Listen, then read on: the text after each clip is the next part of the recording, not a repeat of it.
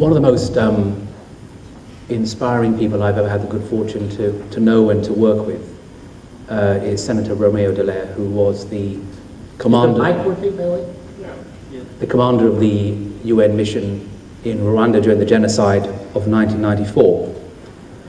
And in reflecting on his experiences in that hell, he made a very critical point. And he said, it took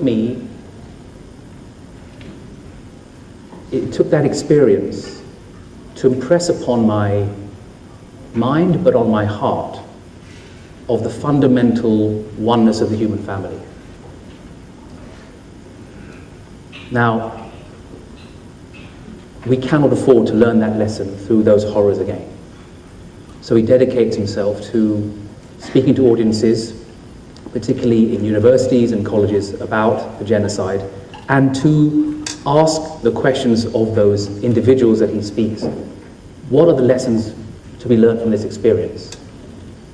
And when the analysis is at the level of high politics, he is angry and he is frustrated because the salient lesson has not been learned, has not been picked up.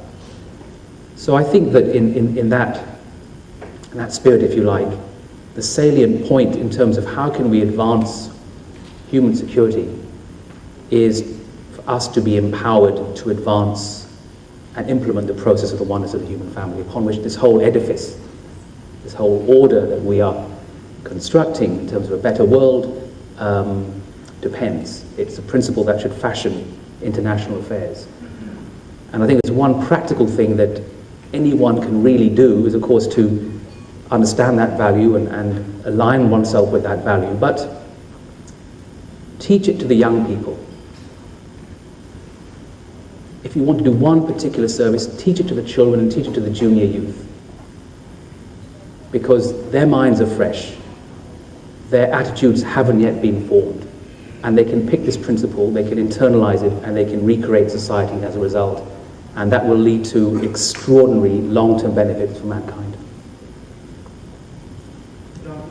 Sure. Personal note on Romeo Dallaire, I second certainly his heroism, really, but I knew him before the mission, and he had come to the National Defense University at Fort McNair, and we were trying to mobilize political opinion to get more political support so that the United Nations would put enough troops to provide security in the refugee camps. We failed to do that. He had a nervous breakdown, he slept on benches, he was a broken man. So there are a couple of lessons from that. One of them is simply, as you get involved in these issues, they're not hazard-free. Just like that development system is going to create winners and losers, it's also going to shape you. And from his experience, he got off that bench. He wrote that book. He has become a force for good. He has helped to mobilize a great deal of political action against the prevention of, to help prevent genocide in the future. So there are a lot of lessons in this.